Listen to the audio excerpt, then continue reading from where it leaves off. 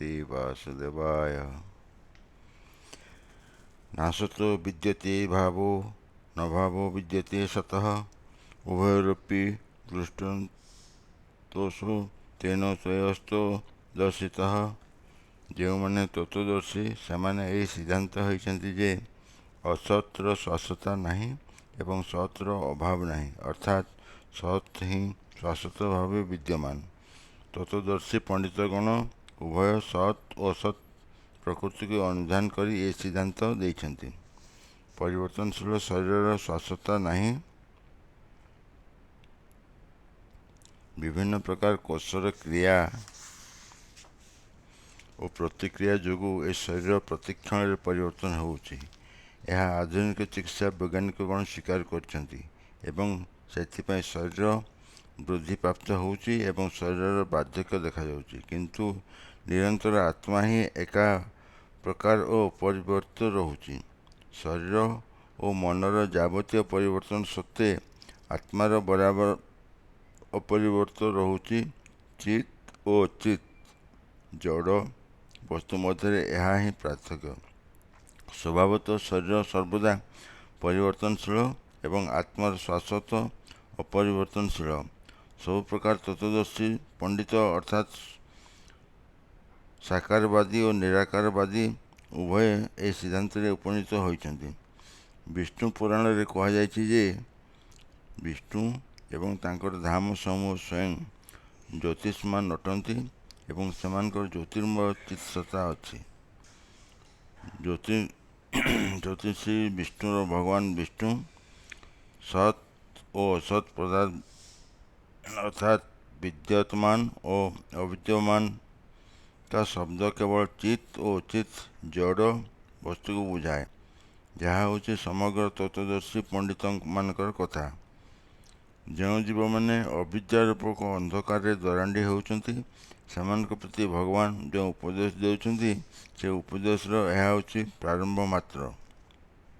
ଅବିଦ୍ୟା କିପରି ଦୂର ହେବ?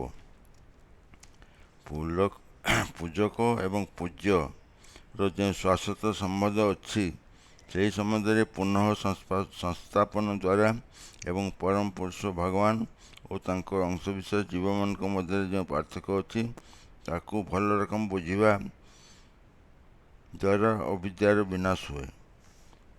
ବ୍ୟକ୍ତି ନିଜକୁ ଭଲ ରକମ ଅନୁଧ୍ୟାନ କରି ପରମେଶ୍ୱରଙ୍କ ପ୍ରକୃତି ବୁଝିପାରେ।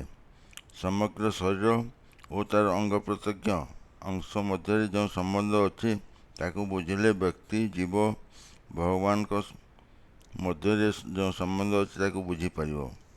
ବେଦାନ୍ତ ସୂତ୍ର ତଥା ଶ୍ରୀମଦ୍ ଭାଗବତମ୍ରେ ବର୍ଣ୍ଣନା କରାଯାଇଛି ଯେ ଭଗବାନ ସମସ୍ତ ସୃଷ୍ଟିର ମୂଳ। ଏହି ସୃଷ୍ଟି ଉଚ୍ଚତର ଓ ନୀଚତର କ୍ରମରେ ଅନୁଭୂତ। ଜୀବଗଣ ଉଚ୍ଚତର ପ୍ରକୃତି ଅନ୍ତର୍ଗତ। ଏହା ସପ୍ତମ ଅଧ୍ୟାୟରେ ପରିସ୍ଫୁଟ ହେବ। ଯଦିଓ ଶକ୍ତି ଓ ଶକ୍ତିମାନ ମଧ୍ୟରେ କୌଣସି ପାର୍ଥକ୍ୟ ନାହିଁ, ତଥାପି ଶକ୍ତିମାନ ହେଉଛି ପରମେଶ୍ୱର ଏବଂ ଶକ୍ତି ବା ପ୍ରକୃତି ତାଙ୍କର ଅଧସ୍ତନ ହିସାବରେ ଗୃହୀତ।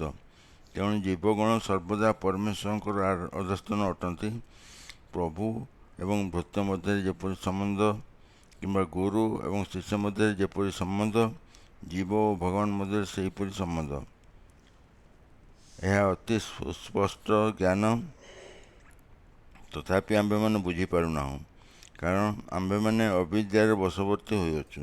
ସେହି ଅବିଦ୍ୟା ଦୂର କରିବା ନିମିତ୍ତ ଭଗବାନ ଏ ଭଗବତ୍ ଗୀତା ବାଣୀ ଶିକ୍ଷା ଦେଇଅଛନ୍ତି। ଏଥିରୁ ସମସ୍ତ ଜୀବ ସର୍ବଦା ଚିରକାଳ ଆଲୋକ ପାଇପାରିବେ। ଏହି ଉଦ୍ଦେଶ୍ୟରେ ଭଗବାନ ଏହି ଗୀତା ଶିକ୍ଷା ଦେଇଛନ୍ତି। ଅବିନାଶୀ ତୁ ତଦ୍ବିଧିଂ ଯେନ ସର୍ବଂ ଇଦଂ ତତଂ ବିନାଶମ୍ ଅବ୍ୟୟସ୍ୟାସ୍ୟ ନ କଶ୍ଚିତ୍ କର୍ତ୍ତୁମ୍ ଅର୍ହତି।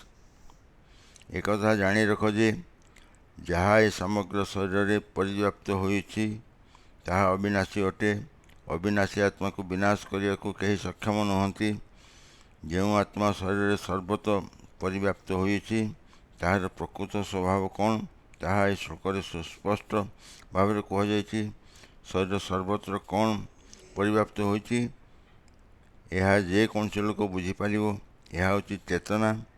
ଶରୀରର ସୁଖ ଦୁଃଖ ପ୍ରତି ପ୍ରତ୍ୟେକ ସଚେତନ ସମଗ୍ର ଶରୀରରେ ହେଉ ବା ଏହାର କୌଣସି ଅଙ୍ଗ ପ୍ରତ୍ୟଙ୍ଗ ବା ଅଂଶରେ ହେଉ ଯଦି କିଛି ଆନନ୍ଦ ବା ଯନ୍ତ୍ରଣା ଅନୁଭୂତ ହୁଏ ତାହା ପ୍ରତ୍ୟେକ ଜାଣିପାରନ୍ତି।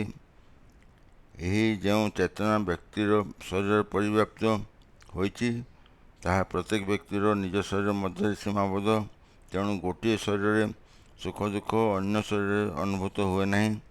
ତେଣୁ ପ୍ରତ୍ୟେକ ଶରୀର ବ୍ୟକ୍ତି ବା ଏକ ଆତ୍ମାର ମୂର୍ତ୍ତିମତ ବିଗ୍ରହ ଅଟେ ଏବଂ ଶରୀର ମଧ୍ୟରେ ଆତ୍ମା ବିଦ୍ୟମାନ। ଏହାର ଲକ୍ଷଣ ହେଲା ବ୍ୟକ୍ତିଗତ ଚେତନା। ଆତ୍ମାର ଆକାର ପ୍ରକାର ସମ୍ବନ୍ଧରେ ଏହି କଥା ବର୍ଣ୍ଣନା କରାଯାଇଛି ଯେ କେଶର ଅଗ୍ରଭାଗକୁ 10,000 ଭାଗ କରି ଏକ ଭାଗ ନେଲେ ଯାହା ହେବ ତାହା ହିଁ ପ୍ରକୃତର ଆତ୍ମା।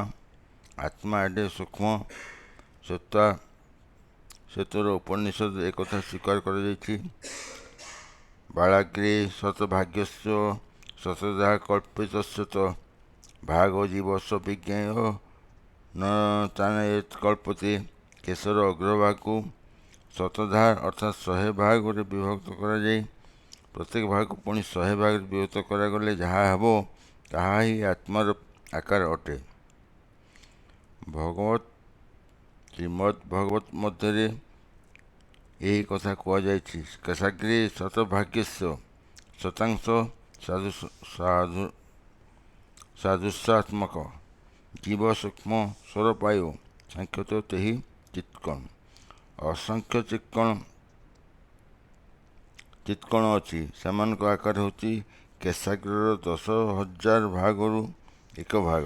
ତେଣୁ ପ୍ରତ୍ୟେକ ଆତ୍ମା ଏକ ଚିତ୍କଣ ଅଟେ। ଏହା ଭୌତିକ ଅଣୁଠାରୁ ବା ଅଚିତ୍କଣଠାରୁ କ୍ଷୁଦ୍ରତର ଅଟେ ଏବଂ ଏ ପ୍ରକାର ଚିତ୍କଣ ସଂଖ୍ୟା ଅନନ୍ତ ଅଟେ। ଏହି ଅତି ସୂକ୍ଷ୍ମ ଚିତ୍କଣ ଏହି ଜଡ଼ ଶରୀରର ମୌଳିକ ନୀତି ଅଟେ ଏବଂ ଏହି ଚିତ୍କଣର ପ୍ରଭାବ ସମଗ୍ର ଶରୀରରେ ପରିବ୍ୟାପ୍ତ ହୋଇଛି। ଯେପରି ଆମ୍ଭେ କିଛି ଔଷଧ ସେବନ କଲେ ତାହାର ପ୍ରଭାବ ସମଗ୍ର ଶରୀରରେ ଅନୁଭୂତ ହୁଏ, ଠିକ୍ ସେହିପରି ଏହି ଚିତ୍କଣର ପ୍ରଭାବ ସମଗ୍ର ଶରୀରରେ ପରିବ୍ୟାପ୍ତ। ଏହି ଚିତ୍କଣର ଶକ୍ତି ତରଙ୍ଗ ଚେତନା ନାମରେ ସମଗ୍ର ଶରୀରରେ ଅନୁଭୂତ ହୁଏ। ଏହା ହିଁ ହେଉଛି ଆତ୍ମାର ବିଦ୍ୟମାନର ପ୍ରମାଣ। ଯେକୌଣସି ସାଧାରଣ ଲୋକ ଏହା ବୁଝିପାରିବ ଯେ ଚେତନା ବିହୀନ ଜଡ଼ ଶରୀର ହେଉଛି ଏକ ମୃତ ଶରୀର ଏବଂ କୌଣସି ଭୌତିକ ଉପାୟରେ ଏହି ଚେତନାକୁ ଶରୀର ମଧ୍ୟରେ ପୁନର୍ଜାଗୃତ କରାଯାଇପାରିବ ନାହିଁ। ତେଣୁ କୌଣସି ଜଡ଼ ବସ୍ତୁର ସଂଯୋଗରେ ଚେତନାର ସଞ୍ଚାର ହୁଏ ନାହିଁ। ଏହା ଚିତ୍କଣର ପ୍ରଭାବ ଅଟେ। ମୁଣ୍ଡକ ଉପନିଷଦରେ ଏହି ଚିତ୍କଣ ରୂପୀ ଦିବ୍ୟାତ୍ମାର ଆକାର ସମ୍ବନ୍ଧରେ ଆହୁରି ଅଧିକ ଭାବରେ କୁହାଯାଇଛି। ଏଷ ଅଣୁରାତ୍ମା ଚେତସା ବୈଚିତ୍ର୍ୟବ୍ୟ ଯସ୍ମିନ୍ ପ୍ରାଣ ପଞ୍ଚଧା ସବିଶେଷ ପ୍ରାଣେଶ ଚିତ୍तं ସର୍ବଂ ଓତଂ ପ୍ରଜାନଂ ଯସ୍ମିନ୍ ବିଶୁଦ୍ଧେ ବିଭବତ୍ ଏଷ ଆତ୍ମା। ଆତ୍ମା ଅଣୁ ସଦୃଶ୍ୟ ଅତି ସୂକ୍ଷ୍ମାକାର ଅଟେ ଏବଂ ଏହା ବିଶୁଦ୍ଧ ବୁଦ୍ଧି ସାହାଯ୍ୟରେ ଅନୁଭୂତ ହୁଏ। ଏହି ଆତ୍ମା ଚିକ୍କଣ 5 ପ୍ରକାର ବାୟୁରେ ସର୍ବଦା ଭାସମାନ ହେଉଛି। ପ୍ରାଣ, ଆପାନ, ବ୍ୟାନ, ସମାନ ଓ ଉଦାନ 5 ପ୍ରକାର ବାୟୁ ଏହା ହୃଦୟରେ ଅବସ୍ଥିତ ଏବଂ ପ୍ରତ୍ୟେକ ଜୀବର ଶରୀରରେ ଏହି ପ୍ରଭାବ ବିସ୍ତୃତ। ଯେତେବେଳେ 5 ପ୍ରକାର ଭୌତିକ ବାୟୁର ଦୋଷରୁ ଏ ଆତ୍ମା ମୁକ୍ତ ହୋଇଯାଏ ସେତେବେଳେ ଏହା ଦିବ୍ୟ ପ୍ରଭାବ ପ୍ରଦର୍ଶିତ ହୁଏ। ହଠଯୋଗ ସାଧନାର ଉଦ୍ଦେଶ୍ୟ ହେଲା ବିଭିନ୍ନ ପ୍ରକାର ଆସନ ଅଭ୍ୟାସ କରି ଶୁଦ୍ଧ ଆତ୍ମାକୁ ଘେରିଥିବା ଏହି ପଞ୍ଚବାୟୁକୁ ନିୟନ୍ତ୍ରଣ କରିବା। କୌଣସି ଭୌତିକ ସୁଖ ଲାଭ ଉଦ୍ଦେଶ୍ୟରେ ଏହା ଅଭ୍ୟାସ କରିବା ଉଚିତ ନୁହେଁ। ସୂକ୍ଷ୍ମ ଚିଦାତ୍ମାକୁ ଭୌତିକ ବୈଷ୍ଣରୁ ମୁକ୍ତ କରିବା ନିମିତ୍ତ ହଠଯୋଗ ସାଧନା କରାଯାଇପାରେ। ଏହା ହିଁ ହେଉଛି ହଠଯୋଗର ସାଧନାର ଉଦ୍ଦେଶ୍ୟ। ଏହିପରି ସୂକ୍ଷ୍ମ ଆତ୍ମା କଥା ସମସ୍ତ ବୈଦିକ ସାହିତ୍ୟରେ ସ୍ୱୀକୃତ ହୋଇଅଛି ଏବଂ ଯେକୌଣସି ସୁସ୍ଥମନ ବିଶିଷ୍ଟ ବ୍ୟକ୍ତି ବାସ୍ତବ କ୍ଷେତ୍ରରେ ଏହା ଅନୁଭବ କରିପାରିବ। କେବଳ ଯେ ପାଗଳ ଅର୍ଥାତ୍ ସୁସ୍ଥମନ ବିଶିଷ୍ଟ ବ୍ୟକ୍ତି ନୁହେଁ, ସେ ହିଁ ଏହି ସୂକ୍ଷ୍ମ ଆତ୍ମାକୁ ସର୍ବବ୍ୟାପକ ବିଷ୍ଣୁତତ୍ତ୍ୱ ବୋଲି ଭାବିପାରେ। ଏହି ସୂକ୍ଷ୍ମ ଅଣୁ ଆତ୍ମାର ପ୍ରଭାବ କୌଣସି ଏକ ନିର୍ଦ୍ଦିଷ୍ଟ ଶରୀରରେ ପରିବ୍ୟାପ୍ତ ହୋଇପାରେ। ମୁଣ୍ଡକ ଉପନିଷଦର ବର୍ଣ୍ଣନା ଅନୁଯାୟୀ ଏହି ସୂକ୍ଷ୍ମ ଅଣୁ ଆତ୍ମା ପ୍ରତ୍ୟେକ ଜୀବର ହୃଦୟରେ ବିଦ୍ୟମାନ। ଏଣୁ ଏ ଅଣୁ ଆତ୍ମା ଏତେ ସୂକ୍ଷ୍ମ ଯେ ଭୌତିକ ବିଜ୍ଞାନୀଗଣ ତାହାକୁ ଜାଣିପାରନ୍ତି ନାହିଁ। ଏହା ତାଙ୍କର ଜ୍ଞାନ ପରିସର ବାହାରେ। ତେଣୁ ସେମାନଙ୍କ ମଧ୍ୟରୁ କେତେକ ନିର୍ବୋଧ ଭାବେ କୁହନ୍ତି ଯେ ଆତ୍ମା ବୋଲି କିଛି ନାହିଁ। ପରମାତ୍ମା ସହିତ ଏହି ଅଣୁ ଆତ୍ମା ପ୍ରତ୍ୟେକ ଜୀବର ହୃଦୟରେ ବିଦ୍ୟମାନ ଏବଂ ସେଥିପାଇଁ ଶରୀର ଚଳପ୍ରଚଳ ହେବା ପାଇଁ ଯେଉଁ ଶକ୍ତି ଦରକାର ସେ ସମସ୍ତ ଶକ୍ତି ଶରୀରର ଏହି ଅଂଶରୁ ହୃଦୟରେ ହିଁ ବାହାରେ। ଯେଉଁ ରକ୍ତକଣିକା ଫୁସ୍ଫୁସ୍କୁ ଅମ୍ଳଜାନ ବହନ କରି ନିଅନ୍ତି ସେମାନେ ଆତ୍ମାରୁ ହିଁ ସେ ଶକ୍ତି ସଂଗ୍ରହ କରନ୍ତି। ଯେତେବେଳେ ଏହି ସ୍ଥିତିରୁ ଆତ୍ମା ଚାଲିଯାଏ ସେତେବେଳେ ରକ୍ତ ପ୍ରବାହ ବନ୍ଦ ହୋଇଯାଏ। ଚିକିତ୍ସା ବିଜ୍ଞାନ ଲୋହିତ ରକ୍ତକଣିକାର ଗୁରୁତ୍ୱ ସ୍ୱୀକାର କରିଅଛି, କିନ୍ତୁ ଏହି ଶକ୍ତିର ଉତ୍ସ ମୂଳ ଯେ ଆତ୍ମା ବିଜ୍ଞାନ ଜାଣିପାରେ ନାହିଁ। ଅବଶ୍ୟ ଚିକିତ୍ସା ବିଜ୍ଞାନ ଏକଥା ସ୍ୱୀକାର କରେ ଯେ ଶରୀରରେ ସମସ୍ତ ଶକ୍ତିର ଆଧାର ହେଉଛି ହୃଦୟ। ଏଣୁ ଆତ୍ମାଗୁଡ଼ିକୁ ସୂର୍ଯ୍ୟକିରଣରେ ଭାସି ବୁଲୁଥିବା ଅଣୁମାନଙ୍କ ପରି ସହ ତୁଳନା କରାଯାଏ। ସୂର୍ଯ୍ୟକିରଣରେ ଅସଂଖ୍ୟ ଦୀପ୍ତିମୟ ଅଣୁ ଅଛି। ଠିକ୍ ସେହିପରି ଭଗବାନଙ୍କ କିରଣରେ ଯେଉଁ ଦୀପ୍ତିମୟ ଅଣୁକୁ ଭାସି ବୁଲୁଛନ୍ତି ସେମାନେ ଭଗବାନଙ୍କର ଅଂଶବିଶେଷ, ବିଭିନ୍ନାଂଶ ଅଟନ୍ତି। ଏହି କିରଣକୁ ଭଗବାନଙ୍କର ଅଙ୍ଗପ୍ରଭା କୁହାଯାଏ। ବୈଦିକ ଜ୍ଞାନ କିମ୍ବା ଆଧୁନିକ ବିଜ୍ଞାନ କେହି ଶରୀରରେ ଆତ୍ମାର ବିଦ୍ୟମାନତା କଥା ଅସ୍ୱୀକାର କରୁନାହାନ୍ତି ଏବଂ ସ୍ୱୟଂ ପରମ ପୁରୁଷ ଭଗବାନ ସେ ଆତ୍ମଜ୍ଞାନ ସୁସ୍ପଷ୍ଟ ଭାବରେ ଭଗବତ ଗୀତାରେ ବର୍ଣ୍ଣନା କରିଛନ୍ତି। ଅନ୍ତଃ ବସ୍ତ ଇମେ ଦେହା ନିତ୍ୟ ଶକ୍ତ ଶରୀରାଣ ଅନାଶୀନ ପ୍ରମେୟସ୍ୟ ତସ୍ମାଦ୍ ଭାରତଃ। ଅବିନାଶୀ, ଅକଳନୀୟ ଏବଂ ସନାତନ ଆତ୍ମାର ଏ ଜଡ଼ ଶରୀର କେବଳ ବିନାଶଶୀଳ ଅଟେ। ତେଣୁ ହେ ଭରତ ବଂଶଜ, ଯୁଦ୍ଧ କର। ଏ ଜଡ଼ ଶରୀର ସ୍ୱଭାବତଃ ବିନାଶଶୀଳ। ଏହା ସାଙ୍ଗେ ସାଙ୍ଗେ ବିନଷ୍ଟ ହୋଇପାରେ କିମ୍ବା 100 ବର୍ଷ ପର୍ଯ୍ୟନ୍ତ ହୋଇପାରେ। ଏହା କେବଳ ସମୟର କଥା। ଅନିର୍ଦ୍ଦିଷ୍ଟ କାଳ ପର୍ଯ୍ୟନ୍ତ ଏହାକୁ ରକ୍ଷା କରାଯାଇପାରିବ ନାହିଁ। ଆତ୍ମା ଏତେ ସୂକ୍ଷ୍ମ ଯେ ଏହାକୁ ଶତ୍ରୁ ମଧ୍ୟ ଦେଖିପାରିବ ନାହିଁ। ଆଉ ମାରିବା କଥା ବା କ'ଣ କହିବା? ପୂର୍ବ ଶ୍ଲୋକର ବର୍ଣ୍ଣନା ଅନୁଯାୟୀ ଏହା ଏତେ ସୂକ୍ଷ୍ମ ଯେ ଏହାର ଆକାର ପ୍ରକାର ବିଷୟରେ କେହି ଧାରଣା କରିପାରିବ ନାହିଁ। ତେଣୁ ଉଭୟ ଦୃଷ୍ଟିରୁ ଦୁଃଖର କୌଣସି କାରଣ ନାହିଁ, କାରଣ ଜୀବାତ୍ମାକୁ ହତ୍ୟା କରାଯାଇପାରିବ ନାହିଁ। ଯେଣୁ ଏହା ଅବିନାଶୀ କିମ୍ବା ଜଡ଼ ଶରୀରକୁ ସବୁଦିନ ପାଇଁ ରକ୍ଷା କରାଯାଇପାରିବ ନାହିଁ। ଯେଣୁ ଏହା ବିନାଶଶୀଳ ସୂକ୍ଷ୍ମ ଜୀବାତ୍ମା ଓ କର୍ମ ଅନୁଯାୟୀ ଏହି ଜଡ଼ ଶରୀର ଧାରଣ କରିଛି ଏବଂ ସେଥିପାଇଁ ଧର୍ମନୀତି ଅନୁସରଣ କରିବା ଉଚିତ। ବେଦାନ୍ତ ସୂତ୍ରରେ ଜୀବାତ୍ମାକୁ ଆଲୋକ ରୂପେ ବର୍ଣ୍ଣନା କରାଯାଇଅଛି, କାରଣ ଏହା ପରମ ଆଲୋକର ଅଂଶ ବିଶେଷ ଅଟେ। ଯେପରି ସୂର୍ଯ୍ୟଲୋକ ସମଗ୍ର ବ୍ରହ୍ମାଣ୍ଡକୁ ରକ୍ଷା କରୁଛି, ସେହିପରି ଆତ୍ମାର ଆଲୋକ ଏହି ଜଡ଼ ଶରୀରକୁ ରକ୍ଷା କରୁଛି। ଜୀବାତ୍ମା ଏ ଜଡ଼ ଶରୀରରୁ ବାହାରି ଗଲା କ୍ଷଣି ଶରୀର ପଚିବାକୁ ଆରମ୍ଭ କରେ। ତେଣୁ ଏଥିରୁ ଜଣାଯାଇଛି ଯେ ଜୀବାତ୍ମା ଏ ଶରୀରକୁ ରକ୍ଷା କରେ। ଏ ଶରୀର ଏତେ ଗୁରୁତ୍ୱପୂର୍ଣ୍ଣ ନୁହେଁ। ତେଣୁ ଅର୍ଜୁନକୁ ଉପଦେଶ ଦିଆଯାଇଛି, ଯୁଦ୍ଧ କର ଏବଂ ଧର୍ମ ସଂସ୍ଥାପନାର୍ଥେ ଜଡ଼ ଶରୀରକୁ ବିନାଶ କର। ଜୟେନ ଏଭିଂ ହତାରଂ ଯଶ୍ଚୈନ ମନ୍ୟତେ ହତଂ ଉଭୟୋତୌ ନ ବିକାୟନିତେ ଜାୟଂ ହନ୍ତି ନ ହନ୍ୟତେ। ଏହିପରି ଭାବେ ଜୀବାତ୍ମା ହତ୍ୟାକାରୀ କିମ୍ବା ହତ ହେଉଅଛି ସେ କିଛି ଜାଣେ ନାହିଁ।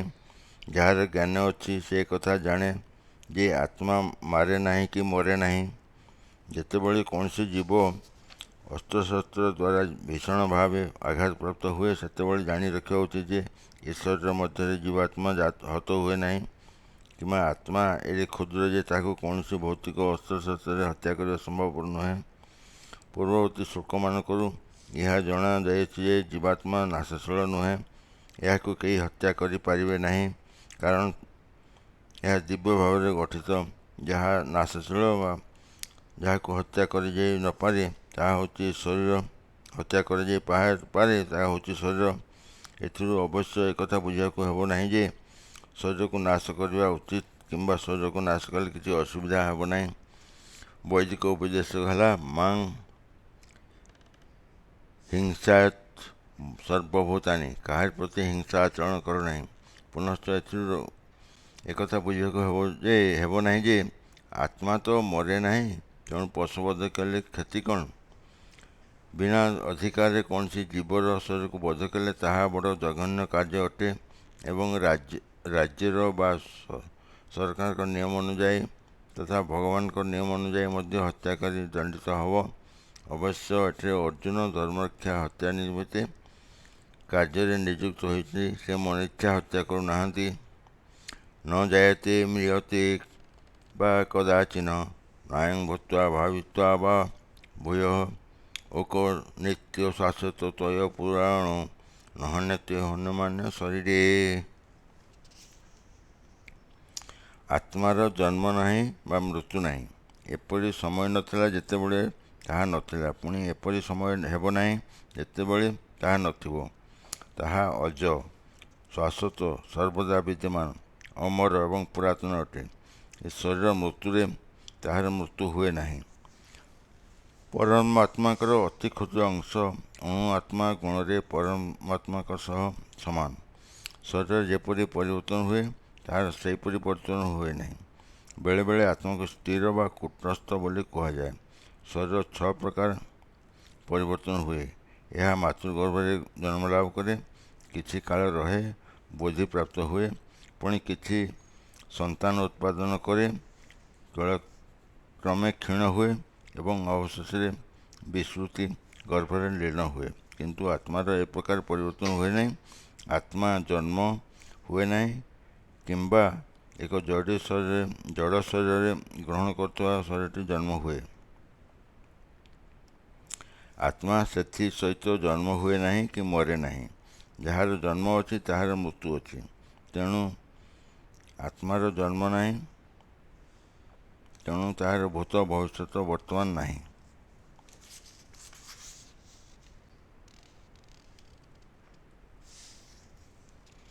ତାହା ଶାଶ୍ୱତ, ଚିର ବିଦ୍ୟମାନ ଏବଂ ପୁରାତନ ଅଟେ। ଅର୍ଥାତ୍ ତାହା କେବେ ପ୍ରଥମେ ସୃଷ୍ଟି ହେଲା ତାହାର ଇତିହାସ ନାହିଁ। କେବଳ ଶରୀର ସମ୍ପର୍କରେ ଆମେ ଆତ୍ମାର ଜନ୍ମ ମୃତ୍ୟୁ ଆଦିର ଇତିହାସ ଖୋଳୁ।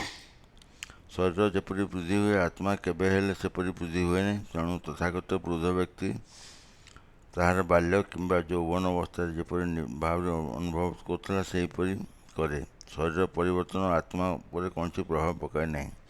ବୃକ୍ଷ ପରି ବା କୌଣସି ଜଡ଼ ବସ୍ତୁ ପରି ଆତ୍ମା କ୍ଷୀଣ ହୁଏ ନାହିଁ। ଆତ୍ମାର ମଧ୍ୟ କୌଣସି ଉତ୍ପାଦନ ନାହିଁ। ଶରୀର ଉତ୍ପାଦନ ହେଲେ ସନ୍ତାନ, ସେମାନେ ମଧ୍ୟ ଗୋଟିଏ ଆତ୍ମା ଅଟନ୍ତି। କେବଳ ଶରୀର ଯୋଗୁଁ ସେମାନେ କୌଣସି ବ୍ୟକ୍ତିର ସନ୍ତାନ ରୂପେ ପ୍ରକୃତ ହୁଅନ୍ତି। ଆତ୍ମାର ବିଦ୍ୟମାନତା ଯୋଗୁଁ ଶରୀର ବୃଦ୍ଧି ଲାଭ କରେ, କିନ୍ତୁ ଆତ୍ମାର ସନ୍ତାନ ନାହାନ୍ତି କିମ୍ବା ପରିବର୍ତ୍ତନ ନାହିଁ। ତେଣୁ ଆତ୍ମା ଶରୀରବିଦ ପରିବର୍ତ୍ତନ ମୁକ୍ତ। ଜଠ ଉପନିଷଦରେ ଆମ୍ଭେମାନେ ମଧ୍ୟ ତଦ୍ରୂପ ଏକ ଶ୍ଲୋକ ଦେଖିବାକୁ ପାଇବା। ନ ଜାୟତେ ମ୍ରିୟତେ ବା ବିପଶ୍ଚିତଂ ନ କଶ୍ଚିନ୍ନ ବିଭତ୍ସ କଶ୍ଚିତ୍ ଅଜୋ ନିତ୍ୟ ଶାଶ୍ୱତୟ ପୁରାଣୋ ନହନ୍ୟତେ ହନୁମାନ ଶରୀର। ଭଗବତ୍ ଗୀତାର ଶ୍ଲୋକର ଅର୍ଥ ଓ ଭାବାର୍ଥ ଯାହା, ଏ ଶ୍ଲୋକର ଭାବାର୍ଥ ତାହା। କିନ୍ତୁ ଏ ଶ୍ଲୋକରେ ଗୋଟିଏ ସ୍ୱତନ୍ତ୍ର ଶବ୍ଦ ବିପଶ୍ଚିତ ଅଛି। ତାହାର ଅର୍ଥ ଜ୍ଞାନୀ, ଅର୍ଥାତ୍ ତାହାର ଜ୍ଞାନ ଅଛି। ଆତ୍ମା ଜ୍ଞାନମୟ, ସର୍ବଦା ଚେତନାଶୀଳ। ତେଣୁ ଚେତନା ହେଉଛି ଆତ୍ମାର ଲକ୍ଷଣ। ହୃଦୟରେ କେଉଁଠି ଅଛି ଆତ୍ମା ବିଦ୍ୟମାନ, ଏହା ଅବଶ୍ୟ କେହି କଦାପି ବାହାର କରିପାରିବେ ନାହିଁ। ତାହା ହେଲେ ବି ଚେତନାର ବିଦ୍ୟମାନତା ଯୋଗୁଁ ବ୍ୟକ୍ତି ଆତ୍ମାର ବିଦ୍ୟମାନତା କଥା ବୁଝିପାରିବ। ବେଳେବେଳେ ଆକାଶ ମେଘୁଆ ହୋଇ ଥିବାରୁ ଆମ୍ଭେମାନେ ଆକାଶରେ ସୂର୍ଯ୍ୟକୁ ଦେଖିପାରୁନାହୁଁ, କିନ୍ତୁ ସୂର୍ଯ୍ୟାଲୋକ ବରାବର ରହିଛି ଏବଂ ସେଥିରୁ ଆମେ ବୁଝିପାରୁ ଯେ ବର୍ତ୍ତମାନ ଦିବସ ଅଟେ।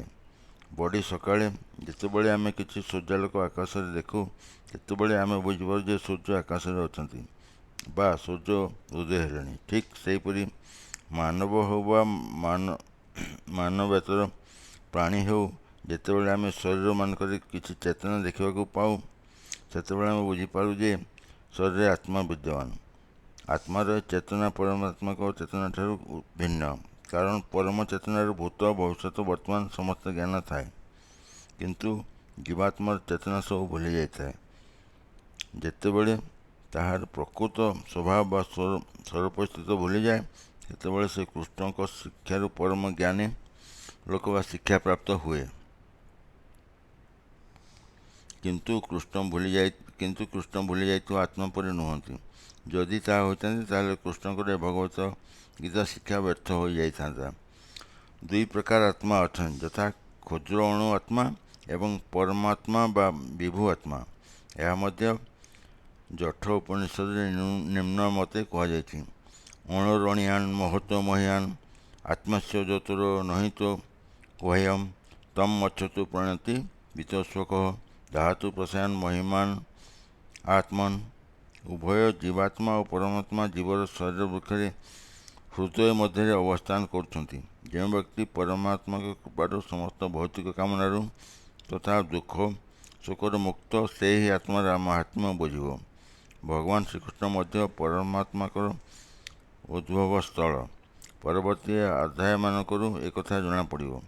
ଅର୍ଜୁନ ହେଉଛନ୍ତି ଅଣୁ ଆତ୍ମା, ଯିଏକି ନିଜର ସ୍ୱରୂପ ସ୍ଥିତିକୁ ଭୁଲି ଯାଇଛନ୍ତି। ତେଣୁ ସେ କୃଷ୍ଣଙ୍କଠାରୁ କିମ୍ବା ତାଙ୍କର ଉପଯୁକ୍ତ ପ୍ରତିନିଧି ବା ଗୁରୁଙ୍କଠାରୁ ଜ୍ଞାନାଲୋକ ପ୍ରାପ୍ତ ହେବା ଦରକାର।